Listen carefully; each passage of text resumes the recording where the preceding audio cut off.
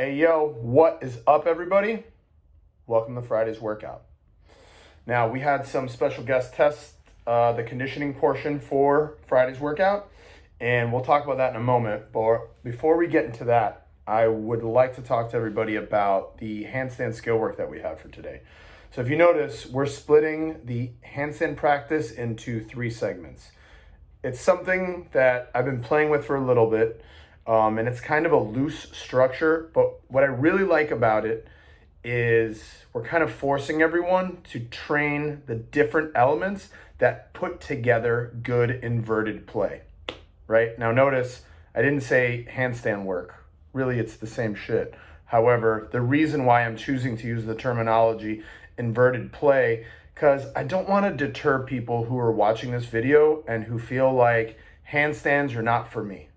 Right? Maybe handstands are not for you and they're not for everyone. I would say we probably have, maybe 20% of the people who train at Soul or who follow our online programs have no need to do workouts in an inverted position at all. It's not a goal of theirs. It's not something that's important to them. To be quite honest, it probably gives them more anxiety than anything. And I understand that and I can relate to that. However, there's a really important aspect to playing in an inverted position. And it can really help transform our level of fitness. Number one, the mindset we have when we're playing in some of these positions is huge. For adults, the first time stepping into a CrossFit gym and you're seeing these ripped monsters doing these freaky handstand walks, the first thing you think is, man, that's not for me and I'll never do that. I can relate to that. I remember the first time I saw it come up on CrossFit.com and I was like, that's not, come on, man, that's not for me. I can't move fast doing that. It's not something that is important to me. So I can relate to you folks who say that is just an unattainable goal and that's not anything that I want to do. I get it. And for some folks, it's not important. I totally can relate to you and understand. However, having the confidence to learn how to kick up into a handstand as an adult is huge. So we're not just talking about fitness here. We're talking about having the confidence in yourself, having the confidence in your coaches, and trying something new. Remove the handstand component from it and think about that one aspect. How many things in life are you scared of doing? And you really never get around to doing them because of the level of fear that you may have, right? A lot of things. I can relate, again. Is handstand walking important? Are handstand push-ups important? No. However, is inverted play important? Yes, and it's not just because of fitness. Now, specific to the realm of fitness and training, being in an inverted position, whether you are stabilizing or pressing, is an important aspect of fitness, right? So that's why we're choosing to break down multiple elements of a high-skill gymnastics movement like handstand practice, and we're giving folks options within those segments.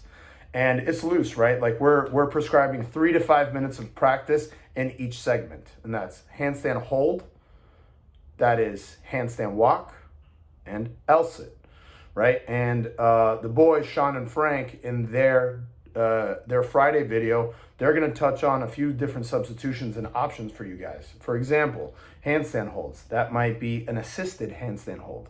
That could be a handstand on a wall. That could be a freestanding handstand. It could be a headstand. Whatever the case may be, we want you guys to spend 3 to 5 minutes in each segment and make sure you watch Sean and Frank's video. All right, let's move on. So our special guests for today, 2 people that are very dear to my heart. I had the opportunity to coach one of them on and off for a couple years, and we still stay in very close contact, and that is Dani Horan and Jade Jenny from Vermont. They're OG CrossFitters. Dani Horan has competed at the CrossFit Games multiple times, Wodipalooza, regionals, et cetera, you name it. Dani has competed there. She's a longtime competitor. And I'm stoked that she was excited about testing this workout for us, right? So let's get into the details of it, right? What we have today, we kick off with a 100-meter suitcase carry, and then we immediately go into a ladder of strict handstand push-ups with a 50-foot broad jump, right? So the strict handstand push-ups, we're doing a lot today. It starts at 21, you do a 50-foot broad jump. 18, 50-foot broad jump. 15, 50-foot broad jump, etc., etc., etc., and you go all the way down to 3 strict handstand push-ups with a 50-foot broad jump. After that, you do another 100-meter suitcase carry. We're giving a 30-minute cap to this workout, and the reason is because we know this workout is long, and I don't want anyone staring at the wall for 30 minutes not being able to do handstand push-ups, right? We speak about this often, and I know this many strict handstand push-ups for a lot of you guys is very challenging. So what I want to do is I want to challenge you guys to come up with a creative rep scheme and even potentially creative scales, right? Let me give you this example. I could not do this workout as RX. I could get far, but I would definitely not be able to finish this workout as RX. Even getting out of those first 21, 18, and 15 for me would be very challenging. So if I was going to do this workout with a group and in the class, what I would probably do is I would split my reps in half and stick with that rep scheme all the way to the end, right? So instead of doing 21, I'd be doing half. Instead of the 18, I'd be doing half. Instead of the 15, I'd be doing half, etc., etc., etc. Another option, if I wanted to get really creative, right, is I could do those first 11 strict handstand push-ups, and then the 10 maybe go down to push-ups, maybe do diamond push-ups, maybe do ring dips, maybe do chair dips, another pressing exercise. So if I was feeling, fresh and like I really wanted to push hard and get in a lot of work and a lot of reps, cutting them in half and doing 2 different exercises for each rep scheme, I think is very interesting as long as you stay strict.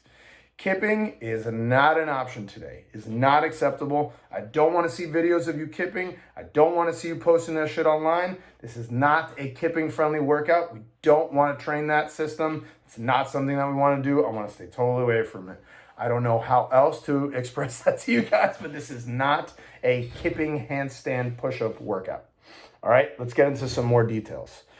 Okay, so in regards to the suitcase carry, now just to remind everyone, this is not a farmer's carry. We're not using 2 objects.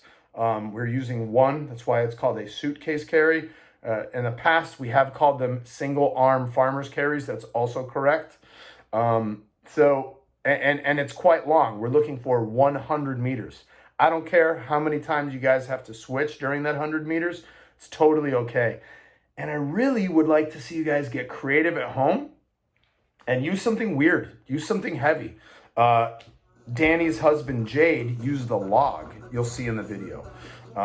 You could fill up a toolbox full of sand. You could get there's water bags, like anything that you want to do, make it awkward, make it uncomfortable, make it fun, make it challenging, and make it heavy. That's what we're looking to do, is a heavy suitcase carry. And heavy's relative for everyone. Everyone has the ability to push heavy within their range. Stay safe, obviously, but this is an exercise that you can get creative with and you can really push on it. And that's what I want to see you guys do. All right, let's touch base on a few other notes here. Dani, as you can see, she used a 35-pound kettlebell and she did 12-inch step-ups instead of broad jumps. She had to scale because of an injury, and she's training at home just like you guys, and all she had was a 35-pound kettlebell. So she texted me. She said, man, I really feel like I should be doing this heavier. I should be doing something more. And I'm like, you know what? No, just go with that. All of our folks are training from home. So I'm going to ask you to do the same thing. I think that's really cool. So you'll be able to see in their video them using some of those elements at their home. And I think that's sick, especially for a previous games athlete multiple times to use a 35-pound kettlebell and to do a 12-inch step up instead of broad jumps should really show you guys that this kind of training is infinitely scalable, and regardless of your skill level, we got you covered, and you can perform any of this stuff no matter what, all right? Her time was 12:10 using those substitutions. Few more notes. Try to push load on the suitcase carry. Like I said, if you don't have a dumbbell or a kettlebell, consider something lying around the house, garage, or yard. We would prefer that you subbed strict handstand push-up with another strict pressing exercise, like I said, non-kipping. Kipping handstand push-ups is not an acceptable substitute. I'll keep telling you guys that over and over. Last thing I'll say is this. In regards to the broad jump, I'm putting this note in here because I know, we got some folks in apartments and less than optimal situations to perform a 50-foot broad jump. Ideally, I do want you guys to go 50 straight. However, if you can, or if you cannot, going 25, turning around and going back for the 50 is totally cool. In the early weeks of Soul at Home, we did another, I think it was Maupin. It's a CrossFit hero workout, and also had 50-foot broad jumps, and I had to turn around, so I get it. But if you don't have to, I'm going to ask that you don't. All right, as always, thank you very much for the support. We really appreciate it. Keep posting your times. Keep asking us questions. Keep posting on the group. Without your guys' feedback, we don't know what we're doing. We're trying our best, but we need to hear more from you guys, all right? Peace.